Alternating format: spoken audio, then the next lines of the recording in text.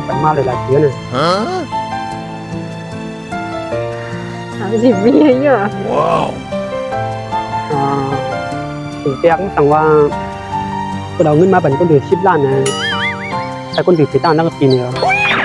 ต่อคนถือไปตั้งตั้งปีแรก อย่าว่า10 ล้านละย้อนเสียงกันแล้ว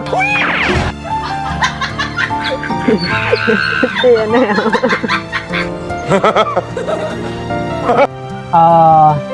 แต่ว่าคนถือคนดังได้คือขยันสินะคนถือแต่มันเล็กเองแต่ฟังที่คนมา จะใช้ทางเนี้ย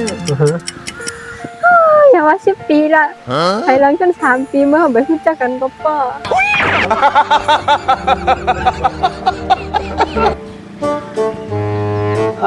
พวกนั้น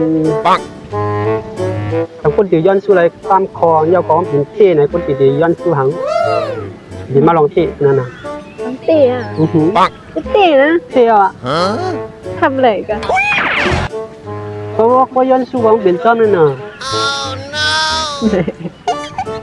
อ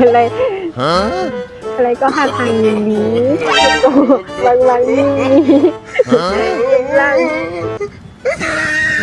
ล้ำ